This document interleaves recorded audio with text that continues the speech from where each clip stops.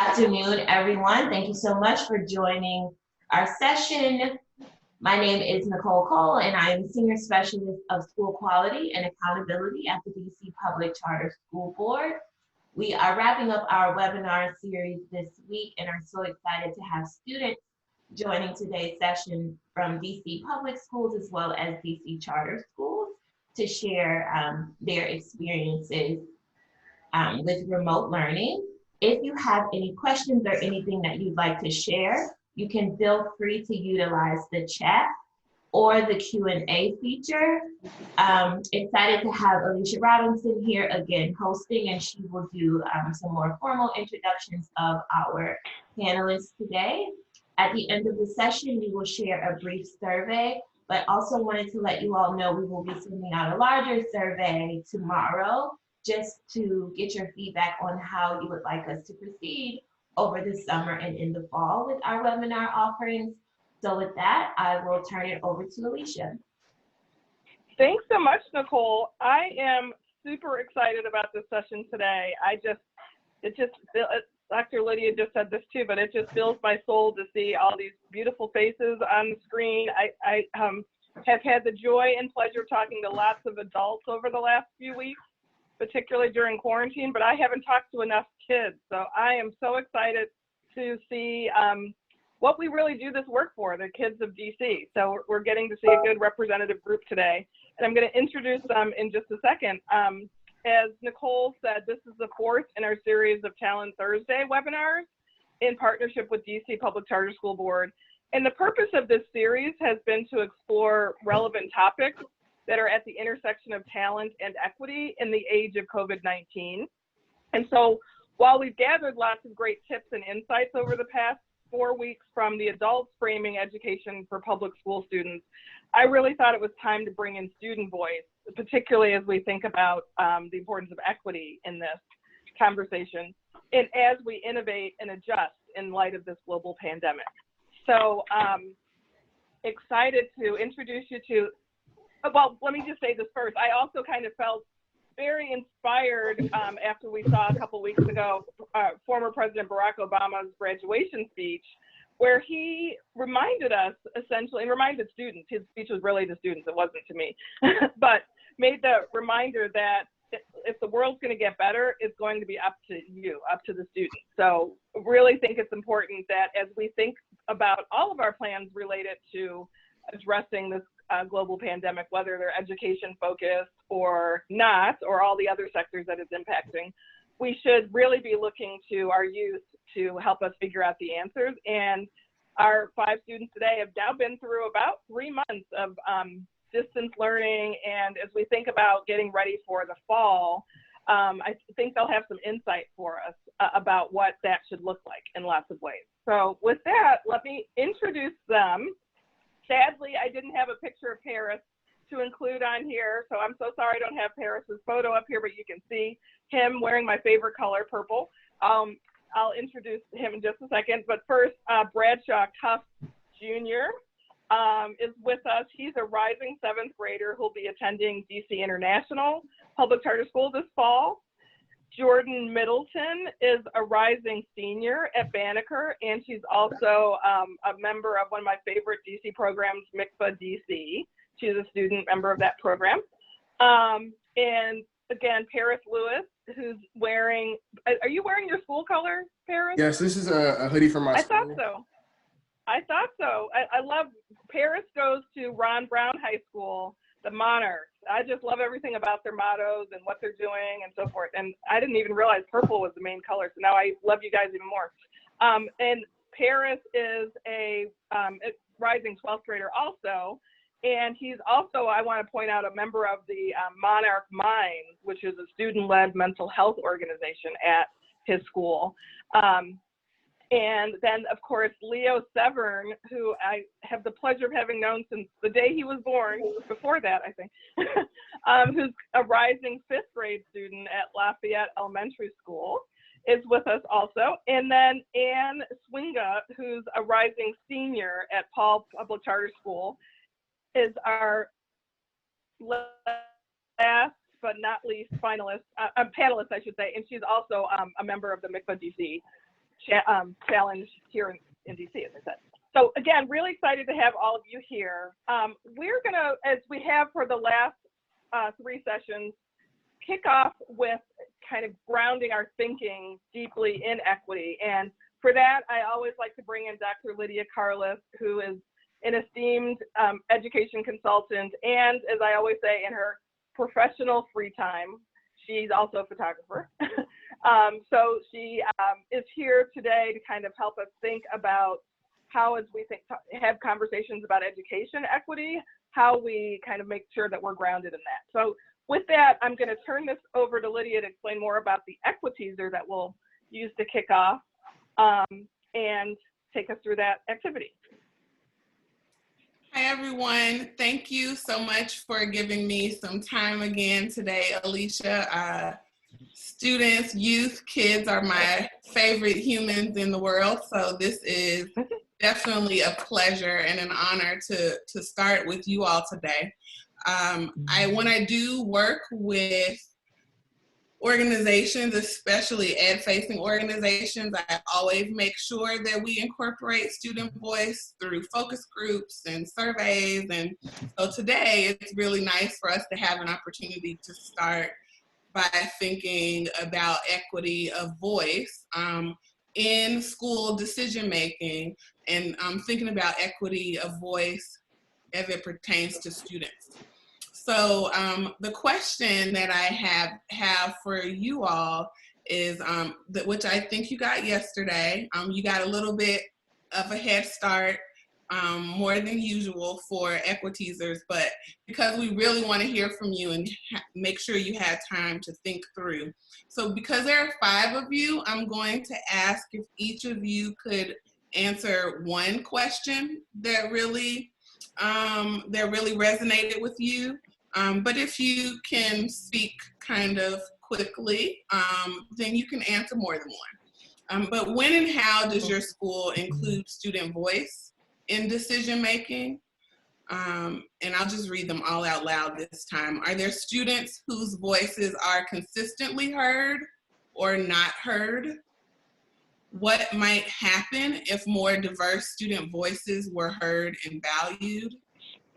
And in light of COVID-19 and distance learning, how might schools go about hearing from diverse students?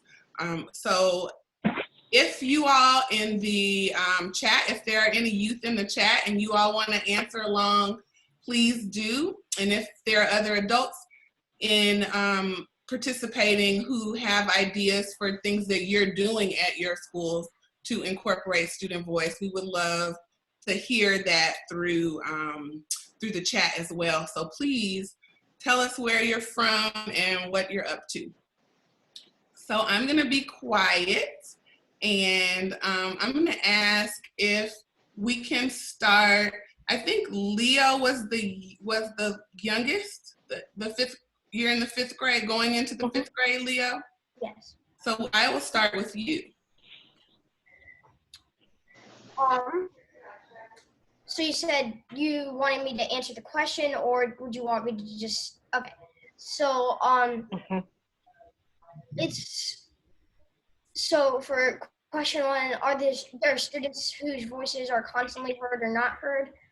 I think that, yes, that's definitely the case. Everybody's, been, especially like, everybody's heard, like everybody's opinion is shared, and it's not preferably one group of people. It's more of the entire community of my school, so that's how I would answer that question. And how does your school go about hearing from you all as a student community? Sorry? How does your school hear from you? Are they like doing focus groups, or are they just asking you at the end of class? How do they hear from you? Well, we do like a lot of morning meetings during a lot of the time, and then we also have small groups, and yeah, that's sort of it because it's there's not really like a one-on-one chat because it's more of like a group thing because yeah. Thank you. And I have one more follow-up question. What's an example of something that your school or your teachers have asked for your input on? Well, they've asked how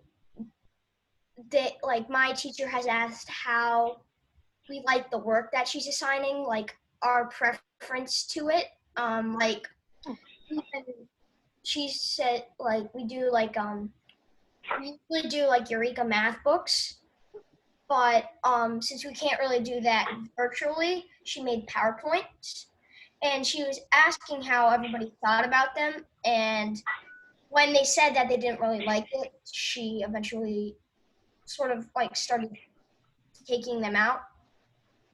So. Thank you. That's really helpful. I'm gonna go to Bradshaw. Yes. Rising 7th grader, right? 8th grader. 8th grader, sorry. Got to get that right. Yeah. Is there any question in particular you want to answer, Bradshaw? Not necessarily, but I can answer a question. I can answer it. Yeah. For number 2, I think if more diverse student voices were heard, like kids would feel a lot. I feel like kids would feel a lot safer, and like they would probably get better grades. And if they get better grades, then they might enjoy school a lot more and might want to stay at the school, because a lot of kids are leaving schools because of inequalities and them not being heard. So, yeah. Thank you. And do you have any, since you answered question 2, I'm just gonna follow up with question 3. Do you have any ideas on how schools might go about hearing from more diverse students? Not really. No. Yeah, not really. Okay, well, we'll see if any of your peers have some ideas for you. Paris, what about, oh no, let me go to one of my ladies because I've just heard from 2 gentlemen. So Anne, can I hear from you on any of the questions?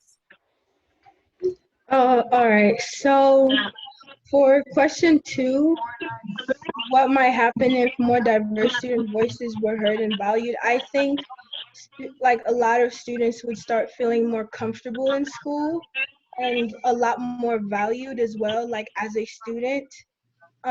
They might feel more comfortable going to teachers and kind of like explaining to them like how they're feeling, and they wouldn't be so afraid to like feel certain things, and they would be better with like dealing with anger and stress and just like overall like anxiety.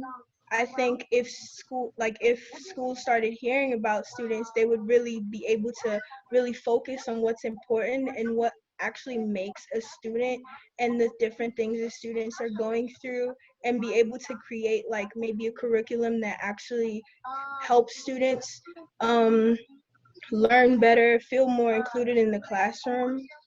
Yeah, that's what I think.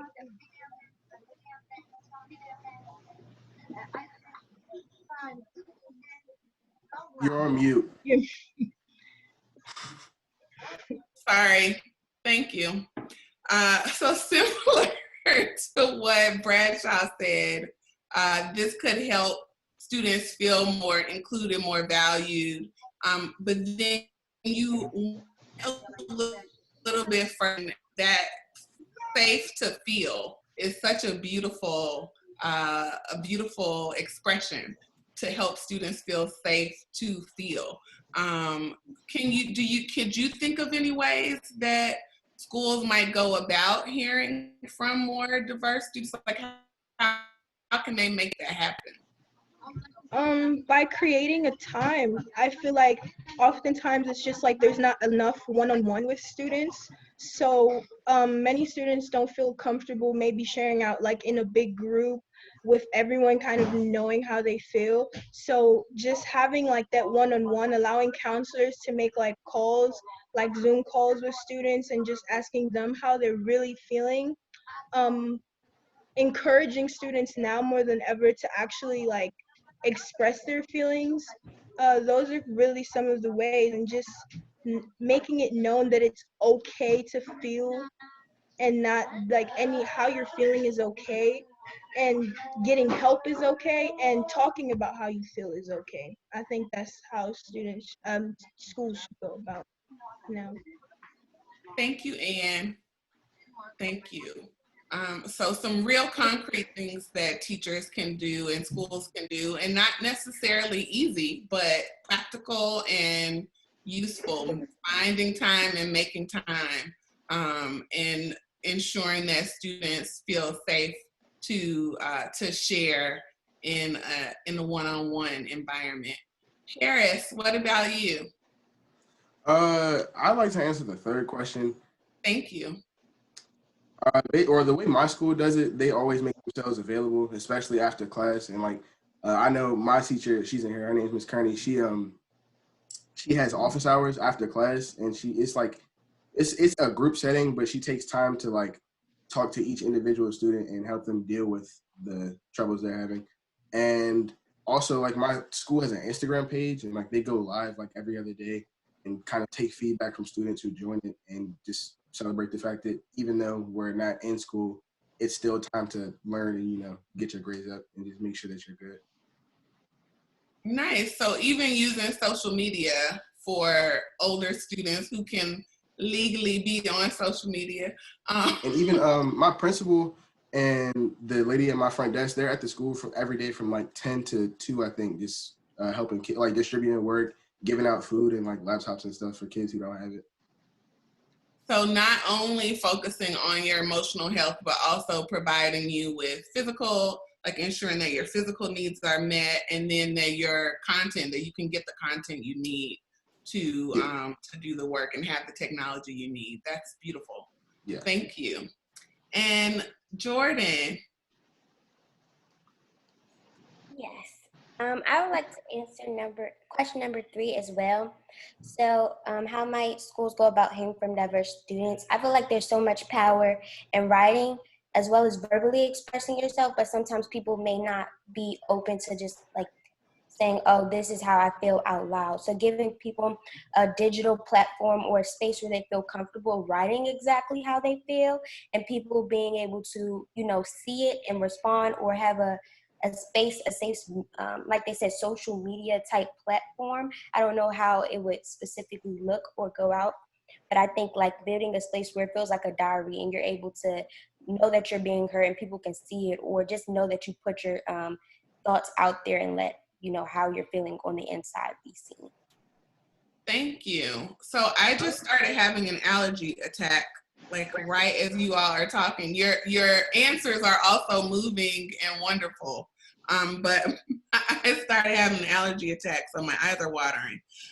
But what I heard was also ensuring that not just verbally, so if some students aren't comfortable, even in a one-on-one setting, speaking with someone, that they have an opportunity to write it out and get their feelings out and know that someone's going to see that and respond to it. Those are all really excellent suggestions from all of you. I thank you for your time, and I'm looking forward to listening in on the rest of this session. Thank you. Thank you. Those are all really insightful questions and great answers. I got some great ideas. As many of you might know, I was a teacher before, but before the age of social media. So I'm kind of excited by these ideas of how to use social media for good that you all shared. I thought Dr. Lydia was just tearing up by the great responses, but it is allergy season. So We understand. So I've got a bunch of questions I want to ask, and we only have, unfortunately, I wish we had like 3 hours, but we only have about 30 minutes or so to talk through these questions. And so that means I won't ask all of you to answer each one, but do let me know if there's one that you particularly are interested in giving a response to. I will also, I also just want to point out to the people in the audience that so the students got a chance to see these questions that we'd probably talk about today beforehand. I have not prepared them in any way, so I am excited to just get their raw, unfiltered answers to any of these questions. And the first one is just kind of thinking about what's happened so far this season. And thinking about the fact that this time of year, May, almost June, is when schools are often hiring new teachers for next school year, or making sure they have the full set of staff they need for next school year. I'm curious, as you think about what you've experienced, particularly over the last 3 months, what you think are some of the most important skills and characteristics that you want to make sure that new adults working in your school have. And so again, if there are any students in the chat, in the audience, feel free to put your comments in the chat, remembering to make sure it's on all panelists and attendees. But with that question, is there anyone who wants to start first? Or I can pick someone. Can you remind me of the question again?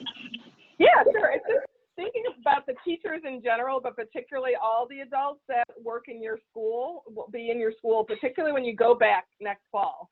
Thinking about what you've experienced over the last few months of distance learning and having to work from home, learn from home, what do you think are the most important skills and characteristics those teachers should have?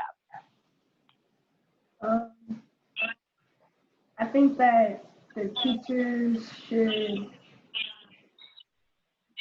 probably start communicating with each other, because they're giving us a lot more work now. And I think the teachers should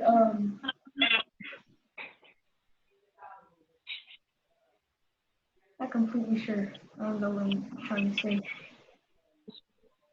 We can come back to you too. Okay. Think about your thought. We'll come back to you if you want to add anything else.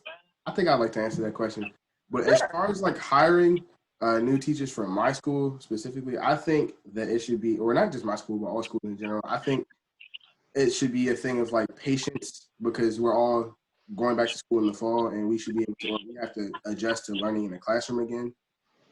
So like the ability to understand like where students are coming from, because not every student is the same, and people deal with different situations in and outside of school. So just those two things would be really key in being successful as a teacher, just at this time in general. Gotcha. Leo, what would you add? I think that they should be more communicative with the students who are maybe struggling or like having problems with something, because a lot of the time, a lot of kids need the clarification, the information in the space to focus, so then they can be successful in terms of schoolwork. Sure. So yeah, I just think that they need to be a little more connected with the students. Gotcha. So being communicative and connecting and such. Awesome. Anything anyone else would add? Or did they cover that well?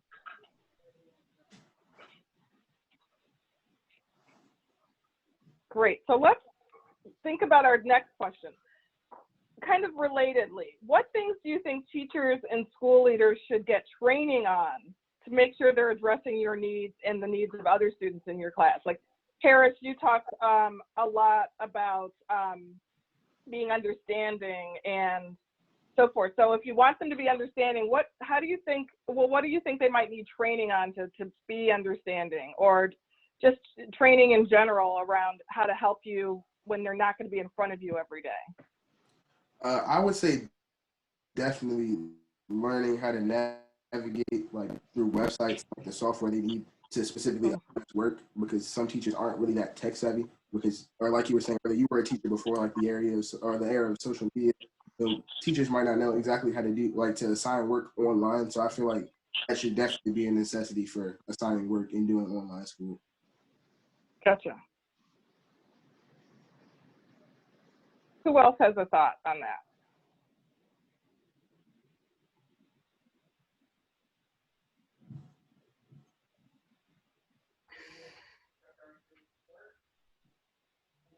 Leo, go ahead. I think that they should really know how to have these technological resources, like being able to assign work and like having this like access. And I also think that they should be able to really know how to manage a class online, because a lot of the times the communication, like there's sometimes kids who don't show up to a lot of the meetings and they really don't have like a lot of communication with the kids. So they should be able to manage the class and give them all the clarification they need. Gotcha. So they might need some training on managing a class in a different way if you're going to possibly be online than if you are in front of students, right? Yeah. Jordan and Bradshaw, do you have anything you'd add on what teachers should get training on to be able to teach during this time? You all hear me? Yeah. Okay, awesome. So one thing that I think teachers in general should be trained on is how to respond to mental health. I feel like it's very critical at this time where students, like they said, are coming back to school. We don't know what environment will look like as we go back to school starting in the fall. So I think it's important to know and how to respond to if a student's feeling out, tired, or if they're feeling like uncomfortable or whatever they're feeling as they adjust back to being at school. If we are back in the school environment, I think it also comes with patience and knowing how to understand that everybody's not going to be in the right mental space after leaving school for 3 months and then just told automatically to come back. I think it's important that they know how to deal with it, not just for like, I don't know, like say, I think they need to know how to deal with it for every student because it's different. Every student is going to respond differently. So I think that's important. Gotcha. I think teachers should like learn how to, like they should learn how to work with different types of students. Like, say if one student is like doesn't pay as much attention as another student, they should be able to like maybe switch their tone, maybe switch, like try to do a different type of work to like start doing like levels for somebody that doesn't understand it as good. Like maybe they could do levels like it gets easier, then it gets harder. But for the person that understands it more, they could start right there unless they are still having a little bit of trouble. But they wouldn't start as low. Gotcha. I love the way you explain that. In teacher language, that's often referred to as both scaffolding and differentiation. Thank you, Monique. Yes, differentiation of instruction. So not having kind of a one-size-fits-all approach to how you're teaching, because all the students are a bit different, right? Great. And thanks for the questions people are asking in the chat too. I think Donovan Phelps, I just want to call out, I think you are also a student at Ron Brown, I think. Right? Yes, that's my classmate. Okay, great, awesome. And Jonathan said that one thing he'd like to see after distance learning has been happening is the workload relief. Before distance learning, there was a lot of work being administered that was stressful. So I want to talk about that too in just a second also. But one last question about kind of what recommendations you have directly for the adults at your school. And I'm curious what you think is important, what you'd recommend for the adults and your parents too, I guess, to how they can have good relationships with you and your caregivers essentially to help support your success. So, you know, in education, really there's kind of it's almost like almost a triangular approach in some ways, that there's the students, of course, and the teachers, people at your school, and then your family, your parents, your caregivers. So what suggestions might you have about how to make that relationship work well, particularly if you can't be on site at school all the time? Leo, you want to go first?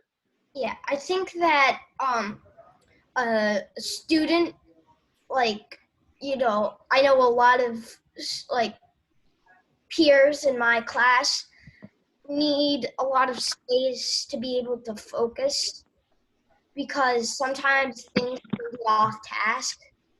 And like, I think that having like a sort of like a private office or like is like a really important key, and especially if you have siblings are sort of like bothering you sometimes. You really need just like a space to be able to just like focus. So yeah. Sure. So being able for your teacher and your parents to kind of talk about how that arrangement's going to work is helpful when you have other folks in the house. Gotcha. Anyone else? What are your thoughts on that partnership with the adults in your school and your caregivers and you? I would suggest more like after school events, like things that just would involve parent-teacher communication, but nothing like a parent-teacher conference, just like something to kind of like a back-to-school night type of thing. And also, I would suggest more offline conferences. Like my mother, when I was in 9th grade, she came up to the school like once every other week just to talk to my teachers and just see what was up. And it would kind of be offline conferences just to make sure. So I feel like definitely reaching out and having more of those offline conferences would definitely be a step in the right direction towards having a good relationship with your students' caregivers. Do you have any suggestions if, like, for next school year, there's a chance that we might have to work from home again at some point, or that will limit the kind of face-to-face interactions we have because of still wanting to maintain some social distance and things like that? Do you have thoughts about how, like, if your mom, for example, can't just come up to school the way she used to, how she can connect with your teacher? My mother has a government job, so like usually people in government jobs have Microsoft Teams or Zoom or any other like form to use to like have video conferences. So I would suggest that just because they're both free and they're generally easy to navigate through as far as talking to people in the chat function and all that. Okay. Awesome. We have time for one more person before we go on to the next question. Is anyone who hasn't talked? Anne, do you want to add something to this? Yes, so one thing I know my school has done is that, like, oftentimes when we're talking about grades, they give like students like a special day where it's like them kind of in the middle and your teacher is there. So you have one of your teachers and your parent and yourself, and you kind of discuss like your grades and how you've been doing in school, and the teacher isn't really the one talking about it. It's more so you, and your parent is listening to you. I think that really that has been very great and helpful, because now you really have the chance, because oftentimes like a lot of teachers will just like, you see what I work, like what you do in school, but not so much at home. So being able to kind of explain like why you got a certain grade, how you were feeling, all of these things, like that was like a good thing that I feel like my school did in terms of allowing the student to kind of be the one speaking about the grade, and the teacher just being there to the teacher just being there to listen as well. And then like helping you in certain things, but it was like the encouragement too. So I think that it's important for like teachers now to like listen and like listen what what students have to say. And I think that's how a lot of respect can also like be established, because oftentimes teachers feel like because you're the student and they're the teacher that they know everything. I've had the chance to have teachers that were that let it be known that like although they're teachers and they're adults, they can still learn from students. And I think that really facilitated a lot of like my learning, knowing that the teacher was open to learning new things from me, and I was like more comfortable learning from them as well, because it didn't feel like Sure. they're the adults. Everything they say is correct, and I'm the student, and everything I say might like isn't as important. Mm. So really, yeah, making a real true partnership essentially, right? Where you're all working together, two-way learning, as I think Lydia explained there too. And I see like a synergy between what you said, Anne, and what Paris was saying, and using Zoom or Teams or something. If it's harder to be at school, even if it's like we get to a point where we are able to go back to being in person as much as we used to be before the pandemic hit, maybe it just works better for people's schedules to try to do these virtual conversations, and doing that student-led conference that you described, and maybe virtually like that too might be a way to work and still have that. You guys are so insightful. And in the chat, just so you know, people are saying that this information is really helpful. So thanks, and got a few more questions for you before our time's up. And someone else kind of asked this question too. I'm curious, what are some of the things your school has tried as part of this, over these last couple of months that you've been doing school from home, but as part of remote distance learning, that you think were just a waste of time? They just were not good at all. Oh, Leo raised his hand immediately. Something must not have been good. Tell us, Leo. I think that trying to do like specials such as like Spanish, PE are more like an interactive thing. Like you have to be in the classroom in order to do them. And it's just like not really efficient to try to do specials. And I think like we should try to be focused on more of the main subjects, like ELA and math and like social studies and science, instead of more of the specials, because it's sort of like hard to do, and you have to like also like a lot of technological thing like issues that, or like sometimes people don't have the right devices for it, and it just gets kind of crazy. If I was trying to do art, I would have to like make a drawing, and then you have to take a picture, then you have to upload it through your computer and stuff like that. So okay, that makes a lot of sense. Someone kind of relatedly, someone asked the question of for upperclassmen, those of you in high school, what are your thoughts on specials, and is it as a required credit towards graduation, particularly like to Leo's point, do you think specials are the right thing to be doing via Zoom, and how do you think about that towards your credits and things? I actually do agree with Leo. I feel like trying to do things like PE or any language are really difficult to do from home, just because it's something different and it's just not as efficient. But as far as anything else, I don't feel like things that my school have done have been a waste of time. I'm always grateful for opportunities that my school provides me. And since none of us have really done something like this before, like this is really a first, especially for DCPS, I feel like their efforts have been really good as far as just like availability and trying to assign work on time and grading and stuff like that. Yeah.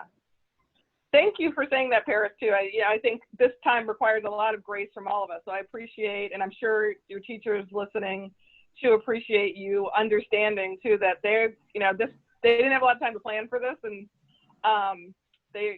everyone's doing the best they can. So that it's talking about reciprocal thinking, that being able to understand that of you all too as students and understanding that of your teachers is I think an important thing in this time for sure. Anyone else want to share something about what didn't work for you in?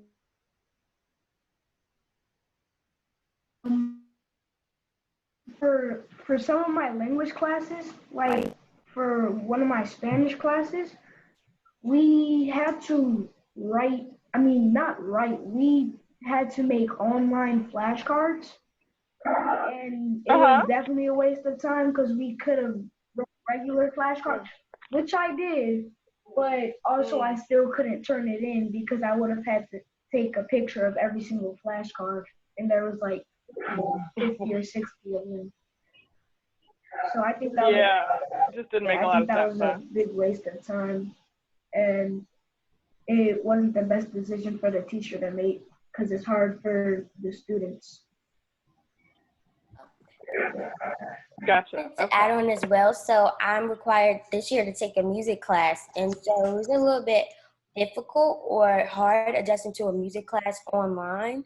So I'm thankful that my teacher was able to find a way that we were able to do an online music class and like learn how to make our own piano, you know, notes and different things on, which was really cool because she was able to adjust it to what we are going through. So that was nice. Oh, nice. That was a question somebody else asked too. What do you think about like pre-recorded specials or like, you know, having a video you watched, I don't know, maybe for PE class, or I think this idea you just shared of finding a way for you to actually use technology to do music for music class. That sounded like it worked well for you, Jordan? Yes, it definitely worked well for me. I know that like it was more interactive and fun because it gave you like different type of games to do, to learn different sounds, different beats from different instruments. And I was like, wow, this is a really cool way. Because at first we were just listening to like music notes and things on a call, which was kind of weird. But in order for her to like be able to do it in private and then like actually learn and see what she was talking about on the call, it was more helpful because we had our own time to do it. And it was really doing the games on our own. So. Yeah, that's really smart. And can you, as part of this too, someone also asked if someone could share what your schedules are like for online learning and your workload. Can you give us a little window into what your schedule is like? Or it might be different. I think tomorrow's your last day of school, right? Today was actually my last day since we've been in distance learning. So it might be winding down now, but like, you know, in the like a week ago or a couple of weeks ago, what was your workload like? Well, so we had class from we had A days and B days. So we had like we would have class from 9 to 12:20 and then class from like 9 to 11. And the work, it really differentiated depending on the teacher that would like what class you would have. For like gym, since we couldn't actually like work out like over video, he made us do like a project that we had. And other classes like math, which was great, is that the teacher allowed us to have more time, and she also put in more like after hours so we could really talk to her if there's something that we didn't understand. So that was great. And yeah, so it was a lot of just like working on Google Classroom, writing assignments and stuff. That's kind of how they kind of try to transition from like in-person learning to like over. Yeah. Okay, that makes sense. Did it feel manageable to you? Sorry, can you repeat it, please? I was just asking if it felt manageable to you. Yes, actually, it was nicer to have more time now to do a lot of my assignments. Because when school was like from 8 to like 3, it was like the time oftentimes, especially if you have like after school activities, it kind of got like you would stay up later. But now since there was like a lot more, like the school days were shorter, you had a lot more time to actually do your work and get help. So yeah, that was something that was a lot better now. Gotcha, great. I think I might want to start this question with Bradshaw. You said earlier, you know, made the point about differentiation and that every student might learn or need to be taught a slightly different way. So for you, though, personally, when you participated in virtual classes, what were some of the things the best teachers did to help you stay engaged? I think the teachers played like in Zoom meetings. I think the teachers like played not engaging, played like interesting videos about the subject. Made me want to watch them, and like once I write notes on them and then I rewatch the video because it's not a boring video because I would want to rewatch the video, then I would see more things that would help me learn a lot better. So yeah. Gotcha. Paris, what about you? What were some of the things that teachers did to help you stay engaged? My teachers, a lot of them actually kind of made like really fun lessons. Like my science teacher, she had our lessons on this app or this website called Nearpod, and it was kind of like a presentation, but it was like she was still teaching us, so we would still like answer, like she would put questions up on the slides and we would answer them and we had discussions about them. Or like credit to Miss Kearney, she's in the Zoom call right now. She would tie what we're learning to like real world skills. Like we just did a lesson recently on creating savings plans for like buying cars and homes and stuff like that, and calculating interest. Oh, interesting. So making them kind of relevant and kind of interactive at the same time. I don't know if you have anything to add to this. Donovan says too that something that the teachers did during distance learning is when they go through the work with you on the calls and guide you. It's hard to do work in an environment where I do everything but work in, so this helps. So did you, Paris, in your experience too, did you have that happen? I assume your experience is relatively similar to Donovan since you're at the same school. Did you do that one-on-one with your teachers, or just within the larger class have time to have them kind of go through the questions with you? For me, it was a little bit of both, because we get great guidance in and outside of class, because we have class, but we also have office hours. So like in office, since it's less people, because not everybody is like having the same struggles as you are, it's a little bit more secluded. So like 1 to 3 students in office hours with you, and like since you can share your screen on Microsoft Teams, like she can see, or like your teacher can see a lot of what you're doing and help you like correct mistakes, or like help you with taking notes and stuff like that. Oh, good. That's helpful. I'm curious to maybe Jordan, wonder if you can help us understand this a bit from your perspective. How can schools help maintain a sense of community even when learning has to happen remotely? So how do you still like stay connected to your whole school community, even though you're not together every day in person? Definitely. I think that it is important to continue to build on a model of like spirit and having people happy and engaged to be engaged in their learning process. And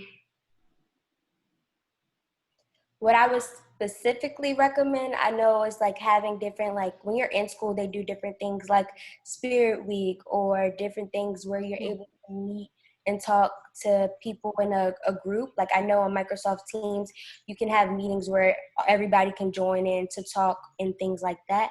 And so I know one thing my school did when we first started distance learning was trying to do a Spirit Week and have people really excited. So every night was a different theme, like a taco night, take a picture with your dog night. And that's one way we were all to feel collected and also add more things to the yearbook. So I think that was very creative.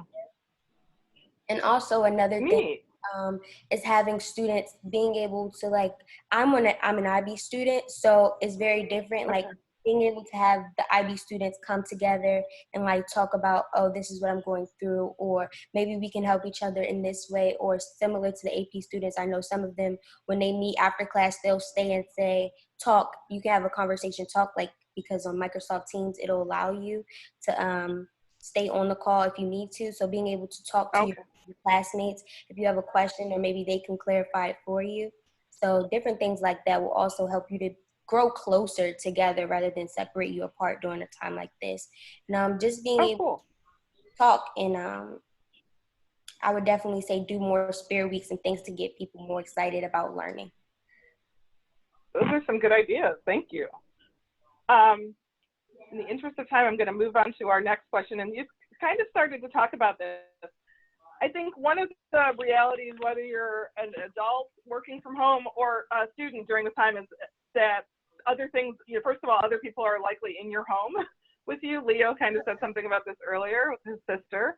But you've also got people, you're essentially bringing your class into your home in some ways. And I've seen some of you, which is great, having family members or siblings walking behind you during class, or you might need to like help, particularly for the older ones of you, help watch a child, like one of your siblings while a parent goes to work, if you have a parent who's an essential worker, or things like that.